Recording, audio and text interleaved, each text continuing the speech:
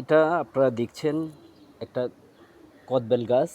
এটা ছাদ বাগানে টবে লাগানো এবং আপনারা দেখছেন কিছু কদবেলও হয়তো আপনারা দেখছেন।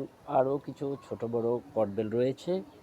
এই গাছটি এই টবে লাগানো। আপনারা টবটাও দেখছেন, একটা রঙের 25 লিটার আমের যে আপনার ড্রামে সেই লাগানো। আরেকটা কদবেল আপনারা দেখছেন।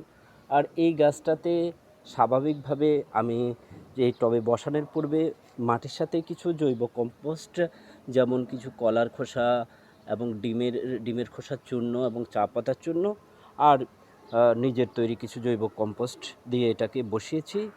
এটাতে গত বছর একটি কদবেল ধরেছিল। এই বছর এখনও পর্যন্ত আপনারা 6টা কদবেল দেখেছেন, আরেকটা কদবেলও আপনারা দেখলেন। আর এটাতে আমি সপ্তাহ বা 10 দিন অন্তর কিছু চাল ধোয়ার পানির সাথে কিছু পানি মিশিয়ে গাছের গোড়ায় দেওয়া হয় এবং সপ্তাহে 10 দিন অন্তর